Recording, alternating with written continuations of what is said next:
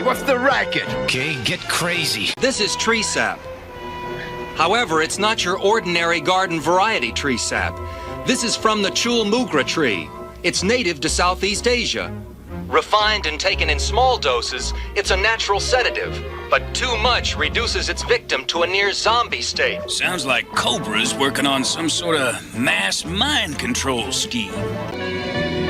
Deep Six to headquarters. Flint here. I spotted something weird, an island that's not on the map. Impossible. The entire Earth's been mapped. Well, something's wrong. Either my eyes or their map. Uh-oh, I got company. Cobra Rattler. We'll be out there with Sky Strikers before you can say... Roger and out. Somebody's watching us on TV. Yeah? Well, the show's over. We lost them. Yep, and that was supposed to be the ending. No. All right, guys, welcome to Smokin' Joe's. We are going to Texas in a couple of weeks. Me, this guy, and that guy, and the other guy, and that guy, and a couple other guys. And we're all going to meet up for the first time for real. And gals, too, though. Gals, too. Believe that. And it's going to be a blast. But we should probably talk to some people that have actually been there and have done that. And, well, I think I know a guy that knows a guy that knows a guy that's running this thing. Hey. These are those guys. Nice.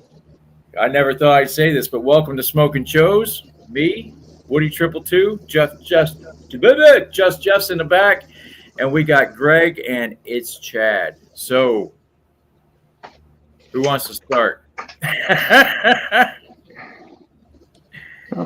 Chad, I'll let you kind of give your experience. So, since you went last year. I had my finger on my nose. Oh, okay. No, okay, that's fine. Well, maybe the year before that, because last year probably wasn't the best of years for you to. No, it's fine. Okay.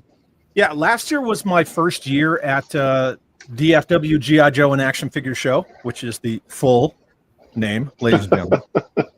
I gotta say, compared to a lot of other cons, I thought it was much more relaxed. It was more focused on the people, not just like friends and, fellow YouTubers and people we know and haven't seen in a while, but it was also really a celebration of all of the people who made GI Joe what it is, what it was really. But because Greg and everyone, oh, hi, Mikey. Greg and everyone really focused on the fact that it was the 60th anniversary of G.I. Joe, and so they had a very good representation of people who were responsible from everything from Adventure Team pretty much through really Real American Hero, ending in 94. But awesome panels. You could get up close with all the creators of Real American Hero, Vinny DeLevia's right there, Kurt Kazigian's over there, there's Larry Hama. It's just something that you don't see at other cons. I remember being at Joe Fest the year before. Larry Hama's on the couch right next to me. Now, granted, I didn't say anything to him because who wants to be that person? It's like, Larry Hama, hey, I was just talking to you yesterday, but let me bug you. It just I felt that everyone was a little more relaxed, approachable at DFW. And I'm not trying to make this a versus thing, right? But DFW is not, it's not centered around being seen. It's centered around having an experience. Whereas my experiences with Joe Fest, it's that like hipster thing where you go to be seen. You don't go to buy toys. You don't go to hang out. You go to be seen and sit in a bar. But yeah, awesome vendors, awesome artists, awesome creators. It was friggin' fantastic, man. I got to say it was super chill. That is high praise. I said it last year just in the chats. Like I got to know everybody a little bit better, but I was trying to go. I didn't know which one I was going to go to. Luckily, the kid wrecked the car, and I couldn't go to either, so I didn't have to make that choice. But I said in the chats a lot of times that DFW was the real Joe Fest, just because of the people that were going to be there. Like the lineup of creators was insane last year. Like it was an autograph dork's dream, and I It's would bigger this year. Yeah, I was I gonna know. say it's got even Yeah. more people this year, correct? Yeah, three Yeah. more. I'm definitely looking forward to talking to some of the designers because I was a vehicle guy. I love G.I. Joe, obviously, but I always love the vehicles more and to kind of pick their brains and shit. And that's what I'm really looking forward to about the whole show. And obviously buying some fucking shit that I sold a long time ago. Yeah. getting there. Don't we all? One of those interesting things, there's like a really good symmetry to it where you can meet these creators and they always love to hear the stories. I'm glad Chad will actually get to experience the show. Yeah, thanks, man. I appreciate that, my friend. I do. Yeah, so Kirk, I knew. Dan, I've known for a long time. I got to strengthen my relationship with Greg. But like meeting Frank Coronius in person, hanging out with him, talking with him, seeing his wife there and how his wife didn't know that all these people, the stuff that he worked on at Hasbro, like create so many people's young lives. And it was really awesome to talk to them both and have that experience. And then, I could kind of expand on that relationship with Frank. And, now I can get him on my channel and talk with him more. Woody, like you were saying, like talk more about the vehicle and things like that. And I think it's definitely a rising tide sort of situation where it's just rad, man. I'm still going to have to like get this. As well. Sorry. No, that's it. I'm still gonna have to try to get this, like the initial. You guys helped shape me into the man I am. I'm sure they hear that fucking all the time, but for me, I feel like I just got to get it out because not having a father, my mom's out doing shit. It was G.I. Joe and shows like that literally taught me right from wrong because I was seeing so much wrong. That that little cheesy fucking 30-second clip at the end. I needed that. Don't touch the stove. Shit like that. That I wasn't a computer privy to that kind of information. My mom was using the stove for something else. And here's the thing, man. Like, I hate speaking for people, but I'll speak from experience. One, they hear that all the time. Yeah. Two, it never gets old. Three, Okay. it's never taken for granted. Every time I talk to one of them, I give the story about how like Real American Hero shaped my entire life. Everything, start to finish. Like, I cannot stress that enough. And it's always to them like they've heard it for the first time. None of them go, Every time I've met a creator and I've said something like that, you see a flash that you don't see on normal people. It's like, wow, okay, yeah, no, this guy really means it.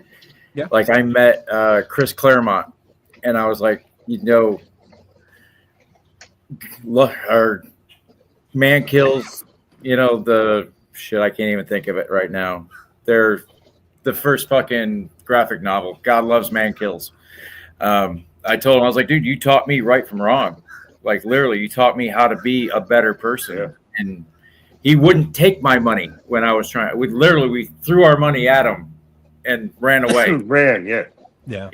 That's how. Yeah, these guys are idols to me. I've never been a celebrity person and all that bullshit Hollywood. I never cared, but these are the celebrities to me. The G.I. Joe guys. I never read comics or anything like that when I was younger, but it's still in your head, like what's going on, making your own stories, how they make these vehicles. Like every aspect of Joe was me from fucking 7 to 12 years old. I don't care.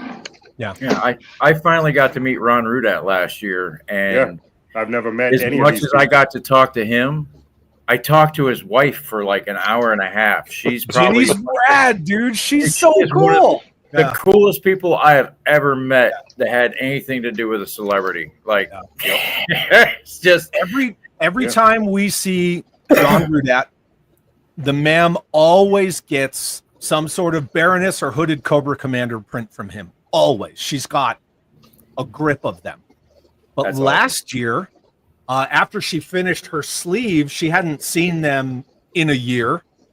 And, you know, we're talking to them, and the ma'am just kind of leans over the table and points at something, and Ginny sees that big Cobra logo in the back of her sleeve, and she just like, oh, that's so great. Let me get a picture. Like, she loves that shit, man. And she will talk to you forever.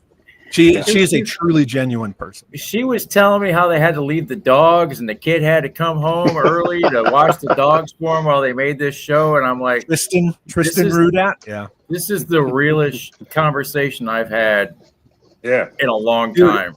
They're celebrities, but they're just normal people. That's what's so great about them. It's not fucking Brad Pitt, even though he feels like it to you. That's the thing, Woody. Yeah. 90% of gets stuck in traffic. I've met, Shower don't work. Shit like that. Like they're normal people. they're people, and when That's they, why I gravitate more towards people like that than celebrity bullshit. well, most of the celebrities I've met are. Sit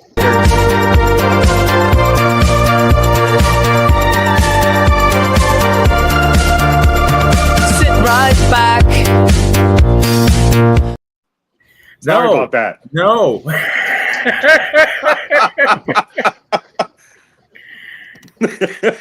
What just I happened? was having a stroke. What up, Virgo? We talked too long about something. Yeah, we talk too long. Jeff fucking moves us along because you know. There is a reason why we're called Smokin' Joes. You've been Hello, warned. what up? Yep. But Greg, if you want to take this one, these are your guests. Yeah.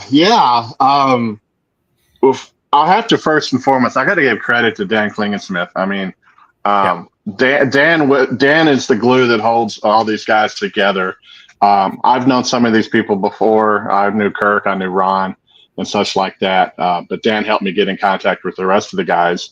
In fact, almost everybody that we had at the show last year. And then this year, we added Guy Cassidy, which you see right up there. Guy was like the big vehicle maker.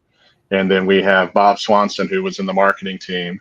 And then we have Mark Pennington, who was obviously one of the artists, one of the figure makers.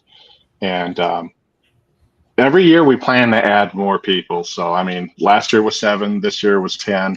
Next year, who knows how many of these guys we have. All of them. Well, that's just it. The big boss man right there, of course.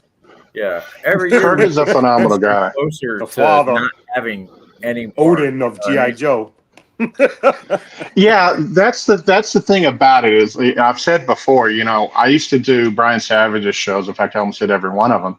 And, you know, they had the 60s guys, you know, they had Don Levine and Petrucci, all those guys. And I was so busy trying to sell shit, you know, I was like, I'll get to them, you know, the next year. Well, the next year came and, you know, I fucking missed out. And I've always been about preserving the legacy. And that's the reason why I wanted to bring these guys in. And to what Chad is saying, honest to God, these are the most approachable people. They're the most down-to-earth people. And like Frank lives in Texas. Wow. I never knew that. And when I reached out to Frank to do the show, he's like, "You want me?" And I'm like, "Yeah, dude, you did the Condor, you did a bunch of these other vehicles and everything, the Mean Dog." And I found out from Frank that when we were doing the shows before, when we had Ron or somebody else, he would come out to the show and come, you know, just shop around and, you know, do stuff. And I was like, "You've been coming for this for years?" And he goes, "Yeah, man. I was like, "Why didn't you reach out?" And he's like, "I didn't want to bother you guys." And I was like, "Jesus, dude, come on." So yeah, this will be Frank's second year. His wife will be with him. And, but no, great group of people. You know, and I'll plug the show. And Chad gives me a hell of a time on this, the name of this. So the Commander's Package, which is the 3-day pass, basically. One of the perks of having the Commander's Package is Friday night, you do the meet and greet with all those guys. And, and that's going to be amazing. It's again, it's one of those things where, somebody joked, I don't know if it was Chad or whatever, somebody would joke that it was kind of like a Sadie Hawkins dance where That was me. all this, the guys, all the celebrities were here and all of us nerdlings were over here. And finally we started talking, and then, within minutes, everybody's just shooting the shit. And I mean, like I said, these guys it's still kind of bog, especially the newer guys. Ron's been doing the shows, Kirk's been out there and everything else like that. Dave hasn't done as many. I think this will be Bob Swanson's first show, maybe, and the same thing with Guy. They're just kind of spellbound that people are just want to know. They want to talk to them. Yeah. Nico. And that creator of especially the Mean Dog, I'm gonna be bothering him that open night. This is what's crazy. Okay, so I brought a Mean Dog for him at the show to put it on display, and then I brought him the helicopter. Was it called the Retaliator? Yeah. Yep. And so he, at the end of the show on Saturday, Frank goes, "Hey man, I got bad news." And I'm like, "What's going on?" He goes, "I broke your Retaliator." And I was like, "Sweet." And he goes, "What do you mean sweet?" I'm like, "The guy who designed the Retaliator broke my Retaliator." Yeah. And then the next day, the next day, he brings out his original drawings and blueprints from the design of the Retaliator, and fixes it. And not only fixes it, he makes it better. Oh, That's shit. insane. Yeah. And the fact he that was he had the fucking blueprints on him is yeah. And then he handed it back to me, and he's like, "Man, I'm sorry for breaking it." I'm like, "Fucking dude, this is so fucking meta." I mean, it was like the guy who broke it now has repaired it and given it back to me. So we're going to use that as one of the panels that Dan will be moderating, talking about the planning process of how you build a figure, build a vehicle, and it'll have the marketing guys chiming in and stuff like that. And so we'll have it in there. And I told Frank, I sent it to Frank. It was actually a duplicate in my collection, and they're going to paint it primer gray for the presentation. And I asked him, he was like, "Are you okay with me painting it gray?" I'm like, "Once again, Frank, the guy who created it is painting it now." Yep. And then I'm going to get his autograph and put it up on the shelf. And he was like, and he texted me. He was like, I haven't held one in my hand in over 20 years. Wow. And he goes, it's really cool to see one of these. And so that's the greatest thing about these guys, man. It's just like, just talking to them and shooting the shit and asking them questions, and they don't care. They're totally in awe of it. Yeah. Yeah, I gotta say, Woody, when you meet Frank Coronius, he's gonna be shocked when you tell him how much you love the Mean Dog. I know. A lot of people are. Yeah, he was And telling you know what's me, crazy? I'm going to get him to autograph a picture of me at 9 years old holding that thing. Biggest awesome. fucking cheese in my life on my face at that moment in time. Yeah, that's if right. you don't tell That him was the my entire first real story, gift I will got for Christmas. push you every step of the way. I'll help you get the story out.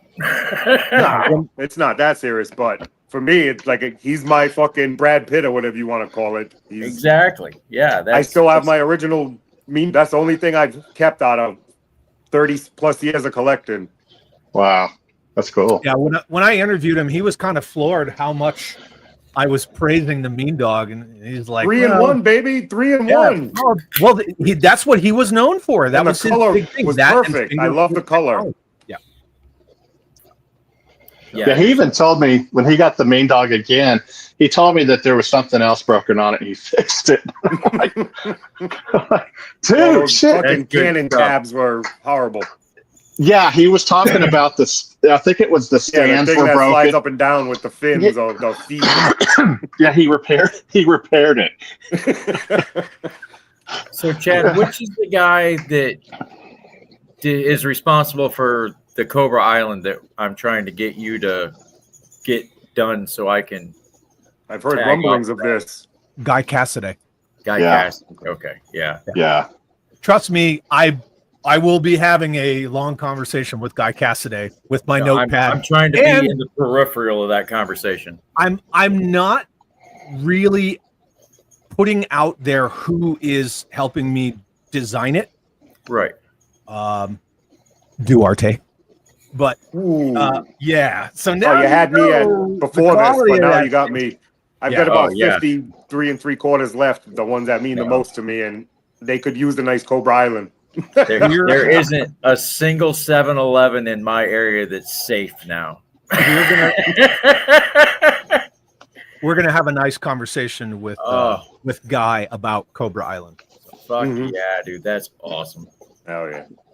Yeah. He's Woody, the master, thank you man. for I mean, picking DFW this year. For picking it? Oh, I think it was Gonzo's fault, but still. yeah. Gonzo started me on the DFW kick because I wanted to meet him, but now I want to meet Jeff, Shane. I want to meet everybody, so I can't wait. That's another thing I'm nervous about. It's coming up because this is probably the biggest shit I've ever been to. I struggle with depression, blah, blah, blah, blah, blah. So this is going to be a little bit for me, but I'm going to get over it because so many good people that I'm actually willing to meet and are going to be there. So Yeah, dude, you'll be fine. That Yeah. all goes away once you get in there. And yeah, no, that's not- how it is. not The biggest one I've been to DFW, so but far is probably Toy DFW's Games Show. like a smaller convention versus like the giant large. I'll never go to New York or San Diego. It's just too much. Right. For It's me. not like Comic Con. Yeah. You know what I mean? Yeah. And those are so like San Diego Comic Con. Say what? corporate. Yeah, it used to be Mecca like that. All through the 80s and 90s, I wanted to go to San Diego Comic Con, and then one day it was you couldn't really pay me to go. No, it's fandom hipster. That's yeah, really like I can't get past the fact you got to get picked in a lottery to buy a fucking toy at these shows. Like, what is that? Really? I'm at your show and I want to wait in your fucking 2-hour line, but I have to be picked. Well, unless it's the Hasbro G.I. Joe team, and then anybody can get that QR code, so you could be sitting at home and get one. You know I'm right. Come on. No whammy, never mind. All I can say is I had 4 of them before I left the show last year, and I wasn't there. Right? Look, just a Thanks suggestion. to a friend of mine. Just a suggestion. Buy something at DFW. Have a couple of different colored Sharpies. Have everyone and their mom fucking sign them. Yeah, that's the plan. That's what I do for the every Hasbro. year. Yep. Yeah, and I've all my walls in my game room are just massively signed posters. That's a pretty fun I'm thing thinking to do. I'm going to start off with a poster. Jeffy! Hello. Yeah, and then, George Vega, he's a fantastic artist. He's going to be there again. He's going to have another exclusive poster for the show. And Yep. Awesome. He just put out some new teasers, I think, yesterday or this morning. So Yeah, how is it? I meant to ask. How is there like an artist alley type of situation? Yeah. Because I like supporting that as well. Yep. I'm always for supporting local artists or small artists. this is the first year that we've actually expanded upon it, because last year we had George and we had Jamie, we had George and we had Larry Selman, who did the classic collection art, art line, and he's a phenomenal artist in general. But this year it's George, it's Larry, it's Jamie Sullivan, it's John Earl, and Kickley. Kickley's going to be there. Kickley, I know a lot of people knew about Kickley before I did, and like I said, I ran into him at Assembly Required up in Des Moines, and and we're just shooting the shit and everything. I think we were talking about Henshin, Cyborg, or Micronauts or something. I can't remember what it was. And then he's like, "Hey, can I do the show?" And I was like, "Fuck yeah, I'll do the show." And this is what's crazy is he started teasing. He did like the OG-13 line in his paintings for, he's going to sell them as prints. And then he started doing more and more and more. I think he ended up doing almost like 20 or 22 the different prints that he's doing for G.I. Joe Real American Hero. And then he went back to 64 and he did the Action Pilot, the Action Sailor, the Action Marine. And we've already seen a couple people that want to buy the originals from him at the show. And so, yeah, a great assortment of these guys. And I know Kickley is doing, for the show, he's offering the print of, it was a number print that he did of issue number 21, but from the other view, where Snake Eyes looking down on, on the guys. And then, of course, George is doing his own thing. And I think Jamie's working on something. Jamie's been having some health problems with diabetes, but I think he's going to be hopefully doing some stuff that deal with the coil and with Cold Slither. And so he'll be bringing some original stuff and like yeah. There you go. And see, that's the thing. Like Chad's saying, that man, get everybody's autograph on those things. There's at least 30 on here, from Neil Adams to Sam Spears to Larry Hama to Kurt. Yeah. Chuck Dixon was the first one to sign it. I mean, I've drugged this around for years, and I wasn't gonna bring it, and then I was like, don't be stupid. It fit right in a suitcase, man. In between some clothes. But yeah, we're definitely definitely expanding upon that artist alley That's concept. awesome. Yeah, and these are some really great, as the show grows. So that's cool. We're trying to. We're definitely trying to. The one thing I've always said is, I've been going to Brian Savage's show for years. I'm a good friend of Brian Savage. I used to build dioramas for his shows and stuff. And the thing that I always loved about it was, one, it wasn't this like humongous show. It wasn't a Comic-Con. We don't want to go down a Comic-Con type of path. We want to keep it just the right size. We want to have it where we have a good thing of some damn good vendors. We want to have some really good special guests. We want to have some great panels. And then we want to have some stuff going on in the evening too.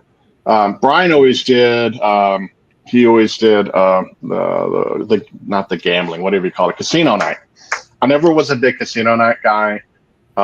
But one thing that we are borrowing from him for this year's show, when we haven't formally announced it online, is where he for a little while he was doing this thing called You Don't Know Joe trivia contest. Oh. And we're going to do a Family Feud style You Don't Know Joe trivia contest where each team will have 5 or 6 people, and they'll be answering questions from 1964 all the way to 94. Yeah, it's going to be hot as hell. I ain't going. Yeah, so you're gonna have to build a damn good team, and so we're working with Brian to do that. Chad swap meet is 7:00 on Saturday, and so that swap meet will be going on for 2 hours, and then the You Don't Know Joe trivia contest will be going on right after that at 9:00 at night. So by probably 9:00, people will probably have a little alcohol flowing in them, so it's going to be a little bit crazier. And no, Alpha, you can't ask questions. Everybody else can, but I'll be there. I'm all for it. and this is what's so great about this hotel. We have a lounge at the hotel. It's called the Crosswinds Lounge, and we have exclusive access to that room. So everybody else will be at their only bar. Yeah, it was a very nice perk about this place. But everybody else will be at the bar, or they'll be at the restaurant. We will have full access to just that. For the swap meet. So it'll be a lot bigger than last year's swap meet. And then for the You Don't Know Joe. Jesus, I got a half a suitcase full of stuff that I'm bringing to the swap meet. Shit. Yeah. Yeah, there are people that could not make it as a vendor to the show who are bringing shit to the swap meet. But I told them, I was like, just bring a tote, man. Just don't go crazy with the cheese whiz. Don't bring a table. Well, I've seen those guys. That it gets ridiculous at certain points. No, you're not shitting, man. I mean, Joe Fest I've never years been involved ago. in one of these, so I'm interested to see what goes on. I just bring money, though. I'm not the tote. I don't sell shit rarely. Woody's the buyer, I'm the seller. Yeah. No, we had a guy at Joe Fest. He set up his fucking booth in the hotel foyer. And that's what killed it for the swap meet. Is he was literally right across from the elevator doors, and he had you had to go around him to get on the fucking elevator. Yeah, and it was like 8 foot wide by 8 foot tall, worth of metal shelves, and he had all his stuff up there. Put a hotel tent up and shit indoors. Well, he was set up. He was set up 6 hours before the show. Even the swap meet even started. He had a plan. Yeah. And he fucked it over for the rest of us guys because it was a real, it was just a real laid back, we're just out sitting out there, drinking some beers or whatever. And just, we brought our stuff and people kind of walking around and swapping stuff or buying stuff. And so I'm glad that we're able to bring that back into the way that I wanted it to be. And kudos to Chad, because Chad, we now officially, we officially called it the It's Chad Swap Meet last year So this will be the second annual ISCHAT swap meet. So we're pretty happy about that. I do have to say things. that every single red cent that I make from this swap meet will be spent at the show. I got two things real quick. One, it's important to stress that anybody can come to that swap meet even if you don't have a ticket to the show, right? Yeah. And that's thanks to Greg. Yep. And two, well, let me back up. I'm going to expand on that first part. Anybody can come, ticket or not. You can buy, you can sell, you can trade, you can all of the above, whatever you want to do. And I have to give a huge thanks to Jeff because, last year we had a dinner that was already kind of prearranged and it conflicted. Thanks, Jeffy. It conflicted with Jeff's always the swap. man. So I was there at the beginning and then I had to go to the dinner and kudos to Jeff. Yeah. Funny story about that thing too. It's like we were over at that little bar and grill that was down the street from us, and I was eating with my family. And my brothers, both of my brothers, were there to pick on their little brother. And I'm checking everything on my phone, and I get this message from somebody, and they're like, "I'm at the so and so room, and there is nobody here." And I'm like, "Really?" And they're like, "Yeah, I'm sitting right here." And I'm like, "Are you shitting?" And so literally, I ditch all my entire family, and I run to the show. And it's in full tilt boogie, man. It's just fucking going on. Yeah. And I'm like, "What hotel are you at?" And they're like, "I'm at the Holiday Inn." I'm like, "This is the fucking Hilton Garden Inn, man." I'm like, "What room are you in?" I hope I'm never that guy. Yeah, the names for their rooms are the exact same at every place. And so I was like, "Dude, we're at the Hilton Garden Inn over here off of 183 or whatever it was." And he's like, "All right, I'll be there." So yeah. And then by that time, my wife was already pissed because she was like, "What's going on?" I'm like, "I can't talk to you, woman," and we had to go. So yeah, it was pretty crazy. I didn't even make it in the room. I was just standing outside with some shit in my hand, and I had a guy come in and buy everything off of me. I had some Marks shit or something like that. So Nice. I do believe I sold a boat at that swap meet last year. Really? Anybody want to buy a boat? That's one of my boat is Jeff and the Fortnite boat. Yeah, I sold like 3 of those in about an hour. Yeah, I Wow. missed the Fortnite boat at Ollie's and Ross. All I did was just shout as loud as I could and made sure everyone was Get your Fortnite boats here. Fortnite boat. Yeah, Fortnite boat. Fortnite boat. $10 for a stormtrooper. Field mid-condition Fortnite boats. Step right up. Yeah. Jeff paid his rent that month on Fortnite boats, unfortunately. Fortnite boats. Fortnite boat. Okay, Greg. So we got a buddy here, Action Figure Addict 112, and he has been driving us crazy about this diorama contest that you got. So if you have knowledge of it offhand, please enlighten this gentleman for us. I did go to dfwjoeshow.com and go to the custom rules, custom diorama, custom figures.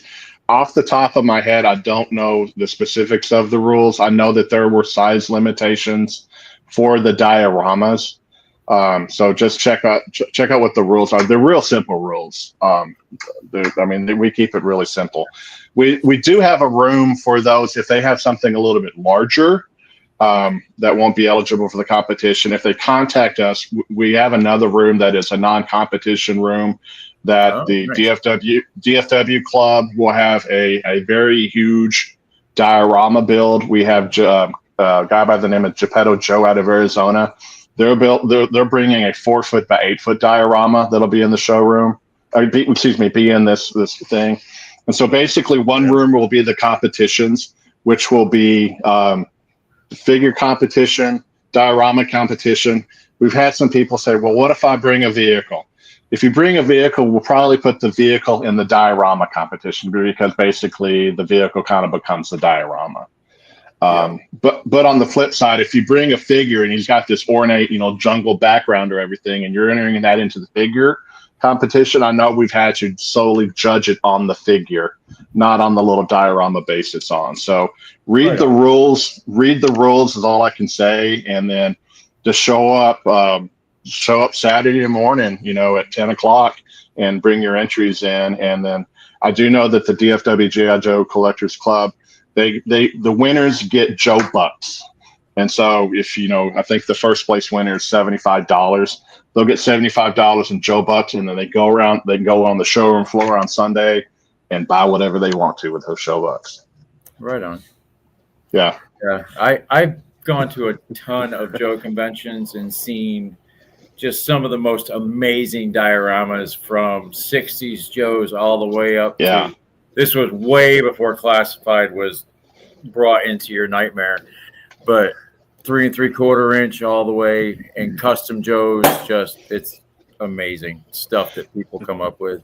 I've seen like actual swamps with water in the whole bit. It's just, oh yeah, it's amazing what these guys can do. At one of Brian's shows, I remember this guy built this dreadnought diorama, and it had the old shanty shack looking thing out in the Everglades or whatever it was, and it had alligators or crocodiles in the water, and they were using some type of like a resin to denote that, and just the attention to detail. And I have to give full props. I mean, I'm a 1/6 scale collector. I'm a 1/18 scale collector. But to me, it's 10 times harder to get a really good diorama for 1/18 scale than it is for 1/6, because 1/6 you can just kind of grab some stuff. 1/18 scale, you almost have to build everything, and you really have to have an eye for detail. And that's the great thing about it. I used to build dioramas for Brian Savage. I would do a 1/6 scale diorama, and myself and Matt Stevenson, we would build the 1/18 scale dioramas. And you just have to really put your thinking cap on and tell a story. And that's the big thing I always tell people when they enter in the dioramas: tell a story. Have a story within a story. I mean, we've seen it where you've got a guy, so they're fixing the tire on a Jeep, and another guy, he's sitting on the front hood and his head's all bashed in, and he's got a bandage on and stuff like that. And another guy's taking a leak on the corner. It's just it's those things that really make these dioramas. And that was, to me, was a really good thing about that. And I hate to sing praise about Brian all the fucking time, but that was one of the greatest things I loved about his show, and we try to emulate about the show, because you don't see a whole lot these days at other shows. It's just the show or whatever else is going on. So we've kept it going. I mean, I think first one we did, it was in 2013 that we started doing the dioramas, and we've always kept it going every year. Yeah, it's not a money maker by any means, but fans really dig it, So yeah, that's awesome. Thank you. Yeah, I saw one guy had like a whole banquet table, and it was just. It was 1/6 scale, and it was all the towers and a headquarters, and it was just amazing what he had done. It was all sectioned in. It took him at least an hour and a half to get the base of it together. Sure, that wasn't put it even on there. Yeah, that's kind of what I'm doing with my table. I got the watchtower. I got the tree coming. I got some tanks coming. So I'm just gonna build a huge fucking scene on that shit, slowly but surely. One thing that I think is really cool about DFW as a show, as an experience, not just about buying the toys. We already talked about, meeting the people and being able to interact in a one-on-one kind of setting, but the fact that so many people who are really just attendees are now more and more making exclusive items just to hand out to people. And it really started last year with V. Conley and Blue Serendipity, Shay and Samantha, where they were handing out those Fellowship of the Dollies patches. Those now patches, they're doing it again. I've got an exclusive DFW thing that I'm going to be handing out for free. Ryan does, Maximilian Tucker does. So more and more people are starting to get on this, I'm making free, unique handouts just for people as a, hey, good to see you. Thanks for being here, sort of a thing. And I got to say, you don't see that really at other shows. Right. Yep. Well, that's the camaraderie of everybody. It's the better part of it, and not the crazy loose cannon morons that are running around out there. Well, yeah, that goes back to the whole the attitude and the atmosphere is a little different. And again, it's not to be a comparison. It's not an apples and oranges thing, but I don't see any of that cliquish hipster, like, I'm not buying anything. I'm just here to hang out at the bar, if I could rub some elbows. Yeah. And see, that's funny for me because, when I first got into back into collecting back in '98, we always kind of had that vibe with, I would say, with the 12-inch guys. We called it Joe Karma. We always kind of try to pay it forward. And so you'd always run into a guy that was making a pin, and he'd put, he would just hand them out. We had different groups. We had like the Sandbox and the Trenches, which are different online groups. And you'd always see the guys that they'd have, some guy would be handing them out to the pins or their subgroups, and they'd be putting them on their lanyards. And then, case in point, you're talking about what you're talking about. I have a friend of mine who lives up in the Boston area, and he does 3D printing, and he makes this gauntlet for a 12-inch GI Joe, and it's like a wrist comm. And where the aerial view is of the location, the aerial mapping for the show, what he did is the actual aerial view of the Grapevine Convention Center, and he put it on there. And then I didn't even know he was going to be there. He was just giving out to the other guys. So yeah, that's the thing I've been kind of used to. That just that camaraderie and just that fellowship that goes on. And like you said, I mean, that freaking patch that Chad's talking about, I was honored with one. I mean, I thought that was cool as shit. And I encourage that, man. Just fucking spread the love, Yep. So Yeah, That's what it's about. yeah, and that whole sort of karma mentality, like I have heard and used the term collector karma numerous times. Like, oh yeah, that could be if you're at Target and they just put out, a case, like, don't take them all, leave some for somebody else. Or if you're at a con and somebody's looking for something, either go get them or get it for them. And, that's that kind of shit, right? It goes a long way. It's not about me. It's about everything. Definitely. Even though I don't use that C word, it's still kind of the same principle. It's close. Yeah, here's an example. Yeah. This is an example. One of the things I got last year from one of the adventure team guys. That's awesome. And Chad, exactly what you're talking about is what we're talking about with Joe Karma. We would have it in one, like I said, we had the Trenches group and we had the Sandbox back in the late, the mid to late 90s. And somebody would say, I'm looking for, the earpiece for this, or I'm looking for the boot for this. I got the right boot. I need the left boot. And every time, man, somebody would just mail it to them. They wouldn't put their address on it or whatever. They would just mail it. They didn't want money for it. And so we always just called it Joe Karma, and we were just like, pay it forward. And we're looking out for each other, It wasn't about the money. It was just helping a brother out, And then funny thing, I learned that from fucking G.I. Joe. So yeah, in my own interpretation, you know what I'm saying? Back then, yeah, when you're deciding who you're gonna be, G.I. Joe was there for me, and it worked. So I'm all for G.I. Joe. Yeah. Yeah, just watch. I mean, it's watching it. Check your six. Watch your six. It's the same type of fucking thing with collecting. Lessons to live by. I've used from that cartoon. I must say. Yeah, absolutely. They're corny as hell, but they carry, man. Mm-hmm. Oh yeah. Well, I mean, we as just everything all together, we need more places and spaces like this for people to go to, because we're literally there. 2,000 people a day aren't making it because they're bummed out over one thing or another. Life's hard. Yeah. And this takes the edge off of that. Going to see friends, having a good time. And guys, even if you don't know anybody and you don't get in the chat, but you're here and you're watching, you're lurking, come to stuff like this. Come say hi. Come hang out. Trust me, we're the little guys on a totem pole. He's one of the big guys, but we're all still people, and we are willing to, hang out, talk. It's all about. It just kind of started happening to me. It's crazy when somebody come up to me at a convention and is like, "Yo, I like your channel, man. I like what you're doing. I lived through you." It's weird, right? It's somebody to.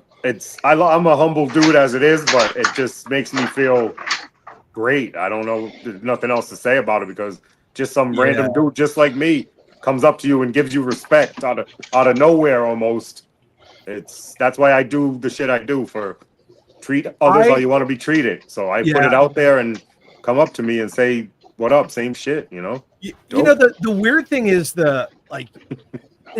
Greg knows, people in the chat know, Jeffy knows, Mikey especially knows, like, my name's Chad. So, you know, online, you got to have a thing. You got to draw people in. You got to be like entertaining while informative or whatever.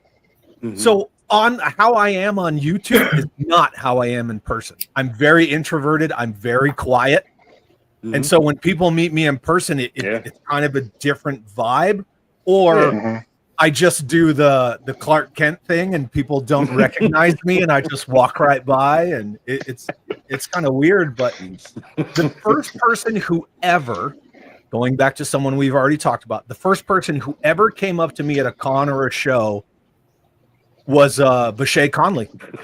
Really? And he came up to me at a restaurant. I was eating someplace on like that main street in Augusta, and it was like me, Zazel, a couple other content creators, Kelly Slaughter. We were just like having breakfast, and I went inside with like a bunch of our trays, and I was like throwing them away, and this dude just walks up right next to me, and he was like, "Hey, are you, Articulated Chad?" And I'm like, "Yeah." And he's like, "Dude, I love you." Blah blah. Like, and we talked for a couple minutes, and I was like, "Okay, there it is."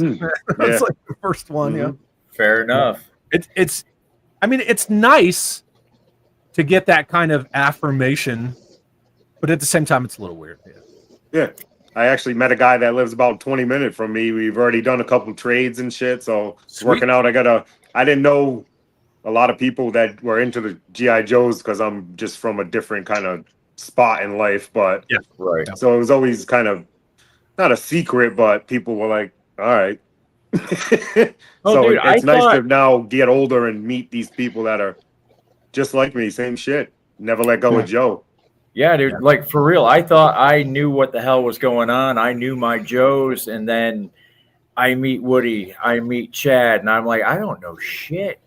Yeah, you guys are the lore keepers, man. I'm proud of that. But that's the thing.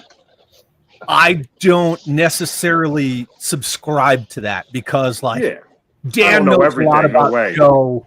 Greg knows a lot about Joe. Karsten knows a ton about Joe. Well, that's just it. You guys are. Yeah, those guys are historians. It's different. I thought I knew, and it's you lore keeper guys are my heroes. You really are. All I do is yell that the hiss isn't a tank. That's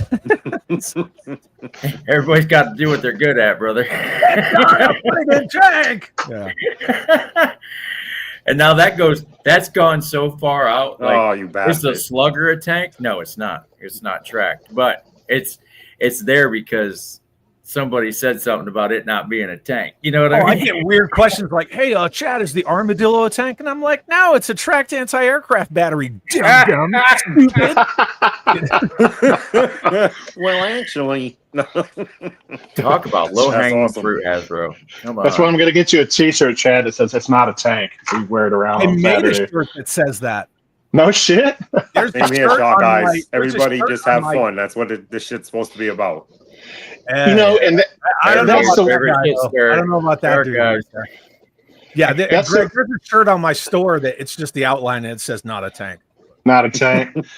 Well, you guys talking about the finding like-minded people and everything. That's the one thing I've always enjoyed about having these types of shows. Is especially now that this year it'll be the hotel will be at the same place as the thing was. And I know Chad doesn't like some of the words that I use for this. But to me, every show is like a family reunion. Oh, yeah. And everybody comes together. Everyone is there because they have a communal, love for the hobby. And it's like me, man. It's like, we always say everybody, what it doesn't. I'll give you an example. I got a friend of mine named Paul Macias, and I met him 4 years ago. Paul and I are tight as well as, just as tight as the guys I've met, back in 1998 when I did my first Joe Con. It doesn't make a difference. There's no fucking hierarchy or anything like that. It's just everybody has a common love for this hobby and for GI Joe, and it's an opportunity for everybody to come together and just enjoy it and relax and just have a good time. I've never understood the people, and I'm not talking just 3 3/4 inch, or 12-inch. I've never understood the people that are so stuck up on themselves, that their shit don't stink or whatever. I mean, we all fucking collect man dollies. I mean, when you get down to it, we're collecting fucking plastic. And so I don't think anybody should ever have an attitude or anything like that. Not that I'm saying we are or anything. It's just, when at the end of the day, when everybody walks in that hotel room door, man, we're all the same. We're all the same people. And that's what I love about it. Learn about each other, learn just different factoids about each other. It's just And remember, when you come to these shows, you're not hiding behind a keyboard anymore. No, you are not. You're not. You're not. And if somebody says head or gut, if you haven't eaten, take it in the gut. That's where they make themselves either very small or very scarce, and it always friggin' happens. But yeah, you don't see the tribalism and things like that at you definitely don't see it at DFW. You don't see the cliquish attitudes. You don't also see, I was talking about how San Diego Comic-Con is very much, it's a corporate hipster thing. It's a corporate thing. Yeah, Joe Fest is very much a go to be seen, sort of a thing. But yeah, you don't see that at DFW. There was no drama at DFW last year, none. Not a bunch of drunks over there screaming and getting in people's faces, and you don't see it. You don't see it. Plus, one thing I have to say about that whole atmosphere is that, Greg being a 1/6 scale or 12-inch collector, and a lot of the more old school Adventure Team or 60s Joe guys, they don't put up with that shit. They're like the old school guys, and they're not going to have it. It's a totally different mentality. Like I said, we're a bunch of old fucks. GI Joe too. There you go. Do you know what DFW feels like? I've been for the past 3 years, and I didn't know Greg before last year. It feels like coming home. Mm-hmm. That's what it felt like for me. It felt like I was going there to see friends and family that I haven't seen in years. And then when you finally get to meet those friends and family and get to hang out with them and everything else, and you get all the inside jokes and all that shit, it's probably one of the best experiences of my life. And I can say that for certain. Everybody knows what I went through last year, all that shit. But because of the Joe show or because of the DFW show, I'm still here. And that's all that I give a shit about it. It was a great time. Perfect timing. And also, Greg, we got to make Dobby the unofficial mascot. I actually saw somebody I go to farmers markets a lot, and I actually saw somebody who was making the crocheted wiener dogs, and I thought, man, I have to do some crocheted wiener dogs to give out for Dobby for the show. And Jeff brings Dobby out, man. He brought him by the booth, and it was funny about my relationship with Jeff is, I'd never met him formally until I did a show up in Oklahoma. Uh-huh. And he was like, "Hey, it's Craig," and I'm like, "Just Jeff?" And he's like, "Yeah." I was like, "Holy shit!" And then, of course, who's Jeff talking to? Who does Jeff have on the phone? Chad. Yeah. So we're talking to Chad and shit like that. And then the next year, later that year, because it was like maybe about a month before at that show, he had Dobby in a little bag, and I'm like, "Holy shit, it's fucking Dobby!" So yeah. And it was cool too because on the second day, there was somebody at the front door of the DFW show that was like, "You can't bring your fucking dog in here, man." And then I saw Greg in the background go, "It's okay, he's cool." I brought Dobby with me. It's always good when you know people. Like there was the line, the line to get in last year, and I'm looking at the line, and I again, right? I'm very to myself, very kind of unassuming. And I'm looking at the line, but I had a press pass waiting for me, so I walk up to the counter. And the guy gives me my press pass, and I'm like, I guess I'm going to get in the line. And Greg's like, "What are you doing, man?" And I was like, "Get in line." Greg's like, No, you don't get in line. Come on. Just go. Yeah. Thanks for the pass. Yeah. I'm going to get back in line. Yeah. Yeah. Last year I was grabbing show t-shirts for the Hasbro Legends, And so I'd walk up to the thing, and I said, "I need 5X large, or 5 large, 3X large or whatever." And they're like, who are we going to bill it to? I'm like, fuck you, man. I'm out of here. So, and I just took them off. And Bill this. Yeah. Don't get me wrong. I'm a rules follower, but that's the one thing about this show. We take care of our guests. We really love those guys. We have a dedicated guy that all he does, his name is Gray Childs, and he rents out a 15-person van, and he goes and picks up everybody at the airport, takes them back to the hotel, takes them out for dinner, and takes them out for dinner the next day. And but yeah, we take care of them, and we give them T-shirts, and it was so funny because like Larry Selman, I was like, hey man, what do you want for your lunch today? And he was like, you don't have to get me lunch. I'm like, Larry, it's the least we can do. You're out here. And he was like, okay, I'll get a hot dog. I'm like, you sure? And he's like, I just want a hot dog. And that's how they all are. They're just like, wiener. Yeah. They're just like, no, you don't have to get me anything. Like, no. This is part of what we do, And so, and I think that carries a lot of weight because, to me, they're royalty. I know they don't think that they are, but like they're we've not all coming in said, with riders and shit like that. So you got to take care of them.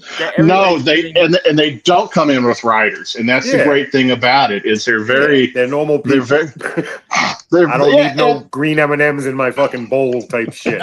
They're not doing that. They're not avian water. Yeah, they're not Van Halen by any means. They're not Glenn. But yeah, it's funny because when we got to meet everybody last year and everything else, it was so chilled and just so relaxed, and it was like, why are we so nervous about all of this? I got to thank the dude. I don't know names. I'm sorry. I got to thank the dude that made the Defiant because Star Brigade is my favorite part of G.I. Joe, and I was like, Dave Kunitz, yeah, Dave, yeah, and that was just an awesome time. And every one of us can say, well, we had this when we were growing up. I can officially say that now because my mom found a box of toys and I remembered shit. So that was cool. I'm going to ask Frank if he can hold me like a baby koala for my photo. He probably will. He probably will. And I can't wait to meet Storm Shadow either. I really want him to sign the Mezco box. So that's nice. Yeah. Keone's a really interesting guy. I got to meet him a few years ago when he was at the Chicken Fried Toys booth in Joe Fest. In fact, I rode in the back seat with them and just started shooting the shit. And I was like, what do you ask Keone Young about? So we started talking about Deadwood, because he was Mr. I forget what his name was, cocksucker, and he was super chill guy. In fact, I have to give Keone props because Keone really was instrumental in me getting Zach and getting Lisa and getting Greg Berger. In fact, so you're talking about writers. Normally, Berger goes through. To book him, you got to go through an agent. But Berger was like, well, if Keone's there, just basically do the same thing for Keone and just do it for me, and I'm good to go, and you don't have to worry about any paperwork. Nice. And then Michael Charles Hill, actually I ran into Michael Charles Hill last year, and he was contacting me about doing the show that last year, and I was like, man, I want you, but I said we're just fully booked. We're 6 weeks out, but I definitely want you next year because I was. I know. Bust Chad's balls about this. I wasn't much of a comic book. I was much of a cartoon guy as I was a comic book guy. I mean, I got all 155 issues. I got European missions. I got all that shit. So I didn't go into into it as that much as far as the writers and stuff like that. But I mean, you got to give a guy the credit and talk about great timing with the whole Cold Sleuth thing. I mean, we had him booked and we had Zach booked who does Zartan. And this whole Cold Slither with Hasbro blew up, and then the fact that, and he doesn't get a lot of attention for this, but he wrote the very last episode of season 2, which was the genesis of the Coil, which was supposed to have been the main season 3 of the development of the Coil versus Cobra, the most and in the world. Man, and so I hope we get to talk about it at the panel because all 5 of them will be at the panel. Jamie's great friends with all of them, so he's very comfortable with them. So he'll be moderating it. So I think it'd be kind of cool. What was the thinking behind Cold Slither? What was the thinking behind the Coil? And listen to these guys talk. And So far, every one of them, they're very laid back too. They're very approachable, and they love, they appreciate it. They love the fandom. So, Hey, Greg, real quick, we've got a question from Atha Kyle. He's a bit of a shutterbug, and he wants to know if there's any rules for recording at DFW. As far as recording at the show itself, if you're doing, if you got a YouTube channel, whatever, we're totally cool with that. We do ask that people, if they're going to one of the panels, not to record it, Especially because Valaverse. Yeah, they'll boot you. Yeah, especially Valaverse. Bobby's got his own thing going on for that one. But basically what we do is we record everything and then we broadcast it a year later. So in anticipation of this year's show, we've been slowly releasing, and we've released all the panels that we've done for that one. And then, Bobby's thing, I mean, he's building momentum for what the rest of the year is going to entail. And I think that he is doing, help me out, Chad, if I fuck this up. I think he's going to be doing a live stream from the show. Yeah, he's considering. Oh, nice. He's considering. He's looking at doing a live stream, but we record it, and even after we record it, we don't put it on. We just give it to him and let him do what he's wanting to do with it. So that's the only thing that we ask is, like, if you want to go to the show, shop, film, do some content, whatever you want to do, all for it. If you want to film, if you got a commander's package and you're doing the meet and greet. But yeah, we just asked during hell, if you got a commander's package and you're doing the workshops, because we got 5 workshops that Friday for commander's package holders, you can film that. But we just ask respectfully, when we're doing the Saturday and Sunday panels, just refrain from recording, because we're recording it and we'll put it out there. So I think we have a question from Chad. Yeah, what's up, Chad? No, I have caveat to that. Oh, don't film people's kids. I was going to say that myself. What? That's got to be told? Jesus. Yeah, it kind of does. Smart enough to Here's the thing. I don't think that a lot of people mean to get people's children in their footage. It's just like you're at a show. You're at a con. It's busy. It's just one of those things that, like, sometimes it's not bad to just reaffirm that, hey, like, if you're filming a booth, make sure you don't get people's children. You know what I mean? That's, but a lot of people already know that. I'm just putting it out there in the ether one more time. Yeah, because the one thing, sometimes if it's not said, somebody will be like, "Well, I wasn't told I wasn't allowed to do this." God damn it, dude! Really? Right. And then you have that guy. We can refer them to this show and say, "Fuck you." I told you so. Yeah. Told you. Well, God, film the toys. Film the toys. Yeah. Yeah. Fucking A. At AFA, if you're coming and you really want to film like the floor and the vendors and all that stuff, get with this guy or the other awesome staff. Them on like one of the mornings, walk up and say, "Hey, I would like to film the floor before a bunch of people and their kids come in. And I just do a lap." Nothing, You got the commander package. What's he bitching about? Greg, I'm just gonna lie in Sam with Empire Toys and walk on in. That's my plan. Doesn't matter what time. I'm here with Chuck and Matt. See you later. I just do what I want. I'm gonna steal Chad's press pass. So what? I don't have a press pass.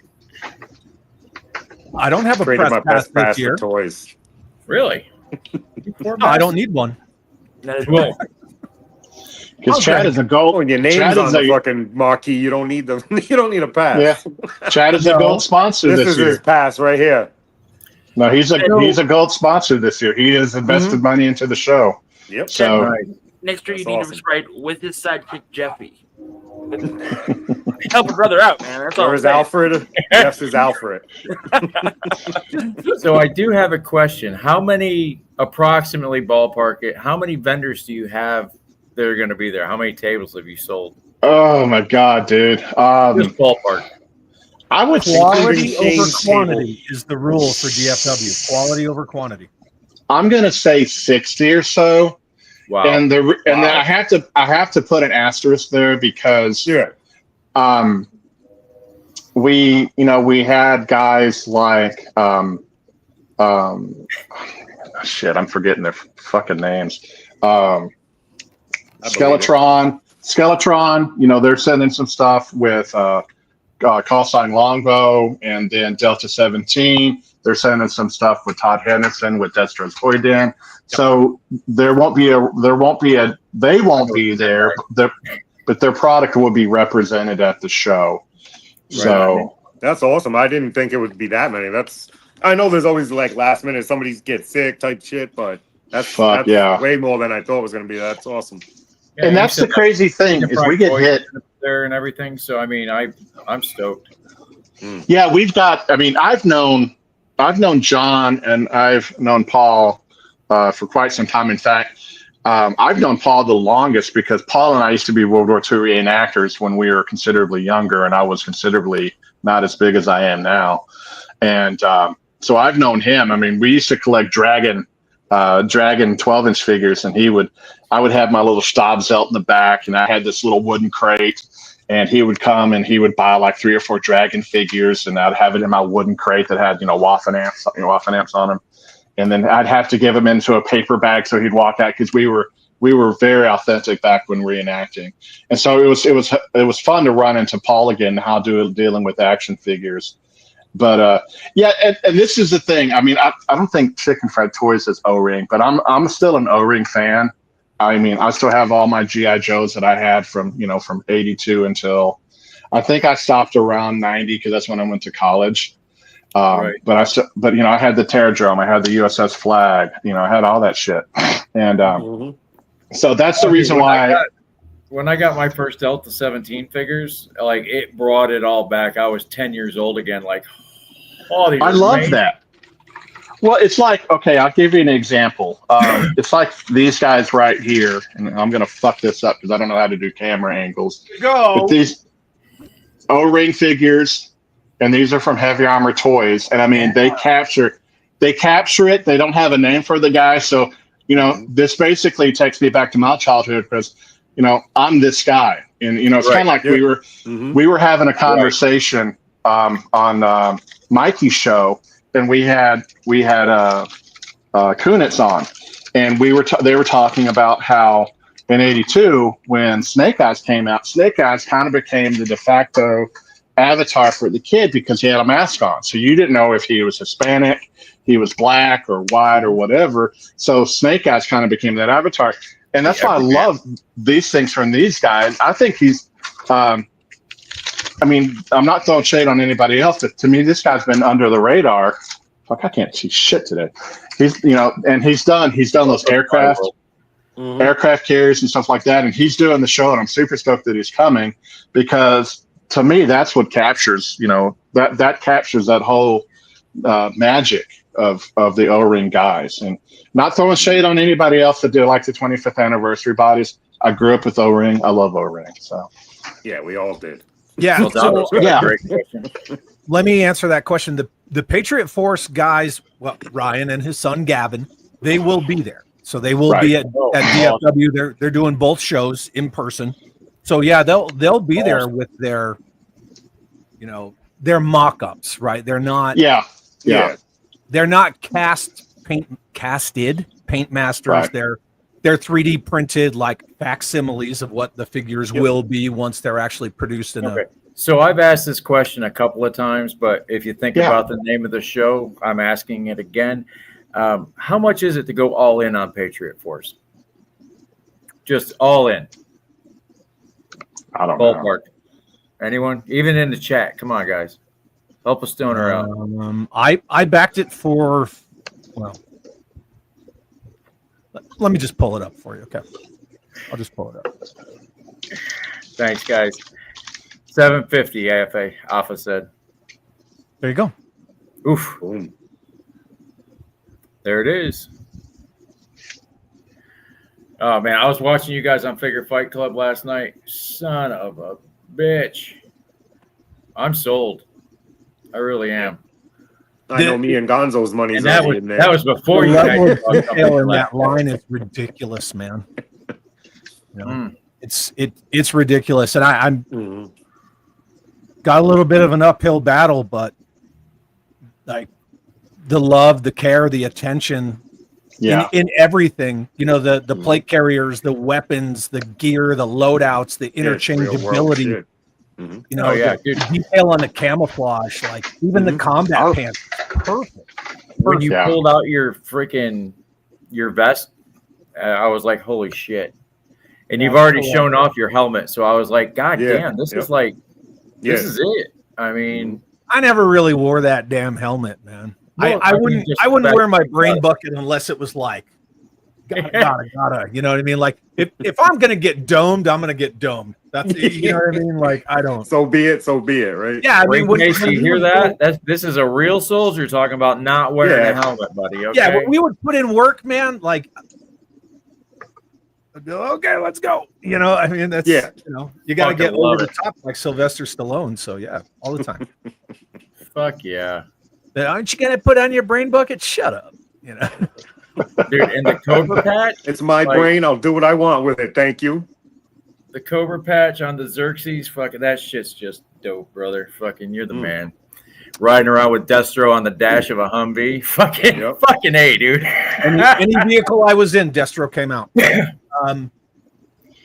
Does the Xerxes medic figure have a med kit, or did they get the MO wrong? I thought he had a med kit. Didn't he? Well, I wear an IFAC on my side, but everyone wears an IFAC, right? It's part of your loadout. Right. They chose to make my figure the medic. Now, combat medic was my secondary MOS. My primary was heavy weapons infantry. I was a heavy weapons master gunner.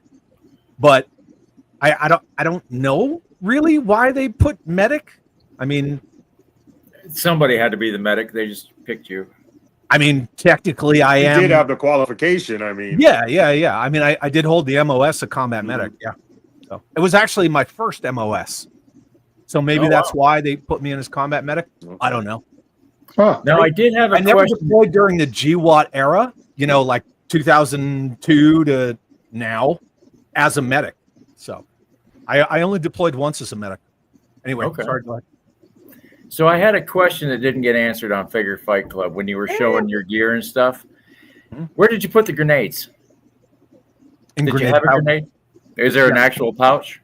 Okay. Right near his testicles, right? Like Star-Lord. You got to remember a lot of the stuff, like this is mostly slicked because a lot of the stuff that wasn't mine, like, so these are built in, right? But a lot of the stuff that wasn't mine, you have to turn all those pouches in, like to your supply. When you clear supply, you got to turn everything in. So if you look at this versus when you see like pictures of me actually wearing it operationally, so I had my push to talk for my Peltors was here. Yep. And then I had a small grenade pouch here, and that was like my headlamp and things like that. And then the actual grenade pouches were here. Like they were kind of around here. Okay. And then the IFAC sat on the right side here. Right. You know, and then I had another radio pouch over here. In here, I had the big heavy duty zip ties. So if we had to like detain EPWs, like you can see how they're kind of blown out here, like they're extra wide. Yeah, there's no pouches on less. Yeah, no. No, but you turn all that shit into supply. So. Yeah, they reuse that kind of stuff. I remember my buddy when he got out of the Navy. He was like, "Yeah, no." And you wouldn't believe what he went through to get me a gas mask. Dude, I was giving them like uniforms and stuff. They're like, we can't take this. It touches your body. I was like, I don't want it. I kept one duty uniform, which is your combat uniform, your fatigues. I kept one duty uniform, obviously my ASUs because those are mine. Everything else except for my brain bucket and my body armor are mine. So, if I'm going to be a career soldier, I'm going to buy better shit. So, right. Yeah. That's crazy. You had to buy better shit. Everybody did that. That's like nobody wears their basic training issued boots. Nobody. No. Yeah, you think they would give you the? Yeah, I know. It's just it blows my mind the cheapness of it all. It is the government. Right. That's why we spent $500 on They a spent hammer. money there, it'd be less money to take. Follow the money. Oh man. But I can't wait for DFW. I mean, what are we? 3 weeks out or 2 weeks out now? I think 3 weeks. I out. think Less than a 3 month. weeks out. Yeah. I got to get a plane ticket this week, like quick. And Well, I got see, everything else. Where I are you was flying out starting- of? Rhode Island. I know you can't get a direct flight in because Yeah, no, that's the issue. I kind of heard that news and was like, oh god. because I've we're never flying. not taken direct flights anywhere. That's gonna fuck with my anxiety, but I'm still gonna power through it. You'll be all right. dude. There's an early flight that goes out of there because we're flying like Kirk Bazigian and some of those guys in, and they're coming in earlier Friday morning. The Yeah, I'm Boston trying to guys. come in Thursday. That's why. Oh, are you? Okay. Yeah. Yeah, a bunch of yeah, I'll be assholes. there Thursday. A bunch of assholes got an Airbnb and we're all coming in a day early just to hang out and shit. Bunch of weirdos. I don't know. So would that be Fucking assholes. Thursday? Thursday, yeah. Yeah, I'll be there Wednesday. Yes. Wow. Securing the package. Shane is flying into Oklahoma, so we're gonna do some Oklahoma City stuff. There's some. Well, that's not Oklahoma City. There is some. There's some really cool toy shops over in Oklahoma City. In fact, if you need to, I can give you this one. It's like in this Sorry, old. Greg, the smoke's blowing up on you. Interactive TV, ladies and gentlemen. Yeah, shit. On this Television, show will sorry. blow your chances at passing a drug test. Just let you know. Hey, dude, I do edibles. I don't smoke, so I just do edibles. So. I got asthma. I would fucking die doing that shit. Welcome But to yeah, my world. If it wasn't for Jay Gonzo, I would have died this last month. I caught something at work and I can barely get through 3 packs of cigarettes a day. But Jeff, I'll send you the name of that shop. It's a really cool shop. In fact, it was a year ago today. I was up in Oklahoma for that show that I saw you at. Awesome. And yeah, Well, great. I know- Well, you probably know better than I do. You live up there. Fuck, I'm sorry. I know I live in Lawton now because I got the hell away from the city. There's Toy Base 10 with Steve. That's what that experience is. Everybody has to do that at least once in their life. Right. There's amazing comics and toys for Jason. There's Gambit's Toy Box, and there's also the other one that I can't remember the name of. Starbase Steve, is that the one in the older part of town? Yeah, it's the one that's like that used to be a hospital, but he converted it into a toy store. Oh my God. No, it's not that one. This other one, Matt's gone to so many times. The guy literally Matt walks in the door and the guy's like, "Hey, fuck you," it's just like, Yeah, send me that note, and I'll make sure that Chad sees. Or Chad, I'll make sure that Shane sees all the sites. super cool place. I mean, they had they had a great variety of vintage. I'm talking 60s, 70s, hell, even 50s, and they had some really cool Japanese stuff. Some awesome. kaiju stuff and Microman and all that shit. So Yeah. Oh, yeah. Like off topic, when Bobby opened up that Shogun Warriors Godzilla, I wanted to die. Just it still had the paperwork. Like, how the fuck do you find something like that? we had a friend of mine named Ace Allgood. He deals almost exclusively with 12-inch vintage, and he had a boxed 1970s Big Trapper set, never been opened. Oh my And God. this guy bought it, and he opened it up on the floor of Ace's booth. This was like I think they only did it for like maybe 1 year, and people were literally shitting their pants. And the guy was like, "Man, it's my money," And it just, it was. I don't know if I could do that, but goddamn, it was hilarious. I never thought I'd be able to just open toys and enjoy them again like I did when I was a kid. Right. But lately, I lost so many toys in the last couple hurricanes a few years back that I was like, I never got to enjoy any of them. Like, I got to enjoy them on the wall, you know, and everything was cool, but I never got to actually physically muck with them. And now I'm having so much fun doing this play motion shit and just. I always had to put my hands on the toys. That was my thing. I was a loose collector. I had carded shit, of course. If you collect G.I. Joe for 22 years, you have fucking carded shit, but I just like the looseness, and I could touch them and pose them in the 8 ways they posed. You know, there's something about that tactile interaction with. Well, that's the kid shit. That's the kid shit right there. Yeah, yeah. It was, you know, even in the '90s, I was still getting Joes, and I would open the Joes and fuck with them. But like the Toy Biz Marvel stuff, like I opened the Captain America, but the rest of them, they all stayed on card. Everything was on card. Everything was on card. But if I bought a Joe, I wouldn't think twice. I'd open that bitch up and play with it, you know. And those are like, man, if I'd have kept 25th and 50th for me. That once I got those, started getting those, I left those on card because it's just beautiful wallpaper to me. In a less expensive way. I can completely relate to what Greg was talking about, that story. I got a hold of a mint sealed Fun School G.I. Joe Battle Hawk, which was supposed to be the G.I. Joe Extreme Tiger Hawk. Put Hawk. the link up to that episode if you can find it. And I opened that friggin' thing with no delay, and people are like, "How are you opening that? That's a $1,300." And I was like, "I don't give a shit. I opened it. It's mine. You paid for it." Yeah, Mikey says mint because it was like. That was my Sky Raven. I bought it mint in box, and I fucking opened that thing. I wanted that thing so bad when I was a kid. Yeah, it was fucking mint.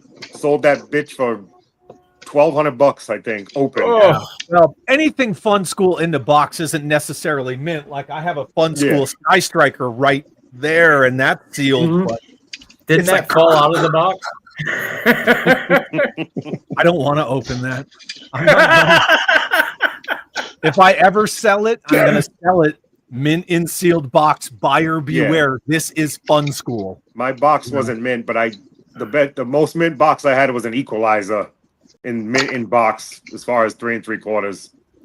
But I didn't have too many of those, maybe 10, 12 things. Right. Yeah. I was still army building back then. I had 20 Snow Serpents and fucking 20 Toxo Vipers. I love that. That Toxo Viper, I love that figure. Just, my God. It was just purple and weird, man. I loved it. A little briefcase that he came with the 3 fucking biohazard tubes. Just, it's an amazing toy. Yeah. Heat Viper, I loved me some Heat Viper too. that weapon is physically impossible, but I loved it. Shoot it underarm. Yeah. There you go. Who wants Sam. fucking bombs strapped to their ankles? But I did. Yeah. I was 8 and I did. I'll be proud to admit it. Well, goddamn, guys. Yeah, we've been going, bro. Yeah, like blink of an eye. Fucking this.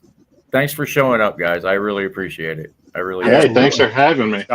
Shout out to you guys for coming, man. I appreciate it. And Greg, you've been doing the circuit, so I know this had to be like goddamn another one. No, you know what? He still got 3 weeks of press to do, so we're in the beginning stages of it. every one of these podcasts are different. So I mean, because it's the first time I'm meeting you guys. It's awesome to be on the show. So everyone's a totally different experience. I mean, even when I do Chad's show, it's always a new experience, you know. So I saw you on Skunkworks the other day. I mean, that was completely different, and it was a great conversation you had. This is the first stream you can say that you were on. A guy constantly smoked some kind of substance the entire fucking stream. And I was getting a secondhand high. Yep, I'll take that. Believe it. Be careful at the convention. Just being around us might be bad. Yeah, I felt like I was at a Fish concert. I admit an aroma. Those guys are amateurs. Hey, I never made it to a Grateful Dead concert, so a Fish concert was about as close as I could get to it. I had free tickets to see the Dead, and for whatever reason, I couldn't go. And that was a year in Orlando, Florida, that there was a riot, and they threw tear gas at the crowd. No shit. At a Dead concert. You know what? The most important thing there, though, is that if you get a good whiff of tear gas and breathe that shit in, no more sinus problems for like a year and a half.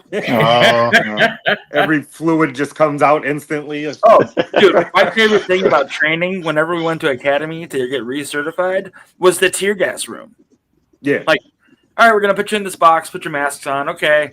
When the light changes, you take your mask off. And like new guys were like, oh my God, fine. As someone who's been tear gassed and maced, I understand. Yeah, I've been maced as well, but not because I was a criminal. So. No, I mean, I was this close to following Chad's career path, and I was at the point where I didn't want people to yell at me. I signed up anyway, and they were like, "Oh, you got asthma." I'm like, "I'm running 5 miles a day, smoking 2 packs of cigarettes. Do you think that's how bad is my asthma?" So it was Zed that did that, by the way, from Police Academy. When he came, he was like, you know, and then he takes a picture. But like, no, the first time you're like, why the fuck did I do that? The second time you're like, all right, yeah, I can live with this. I can live with this because like you're breathing clear. There's no problems. I used to be on horses and just drop it in the crowd. We would after the clubs downtown Providence. Nobody wanted to go home, so they fucking made you go home. They do that now, but they put 2 cop cars in the street, and they put 4 people on this sidewalk, 4 people on this sidewalk, and they go down the road all the way down. They know most black people are scared of horses, so that's why. That's the big creature, man. Horses and magic. I remember being 5 and riding a horse, and my cousin riding us straight at a tree, and the horse was smart enough to get out of the way, but it left us in the air. Yep. He hit the tree.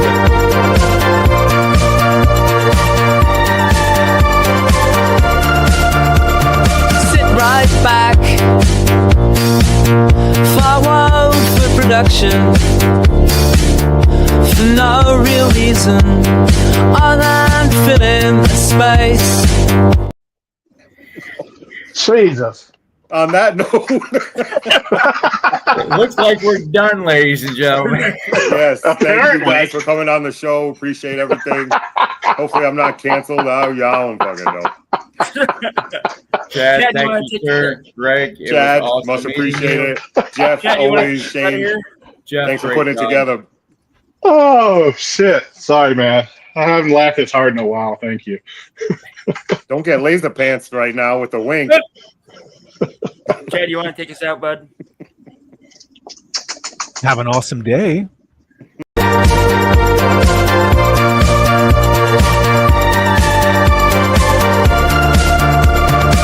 right back. Forward for production. For no real reason other than filling the space. Yeah. Time waster. As we segue to the next segment. But please don't hurt me, will you?